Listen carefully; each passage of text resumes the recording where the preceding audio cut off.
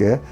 lo que hay que hacer es ver cómo nos podemos juntar, unir esfuerzos para mejorar la productividad de unos y otros y hacer negocios en España, en China y en terceros países, que también lo podemos hacer. Y esto también lo pueden hacer hoy con las nuevas tecnologías y con la logística que tenemos. Esto también lo pueden hacer las pequeñas y medianas empresas, y las muy pequeñas ya lo están haciendo.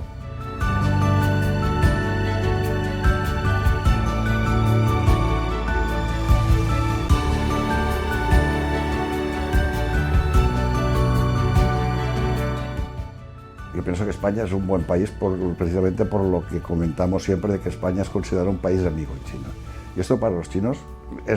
la relación a largo plazo y el win-win, el hacer negocio todos, es algo que es importante, ¿no?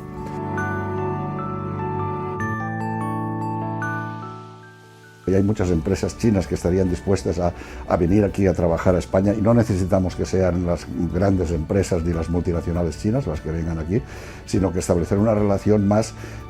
digamos, de win-win, pero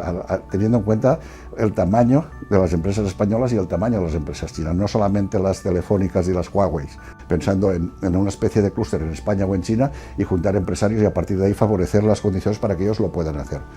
Pretender que yo, desde Acció, acompaño a un empresario o a 21 a hacer negocios en China,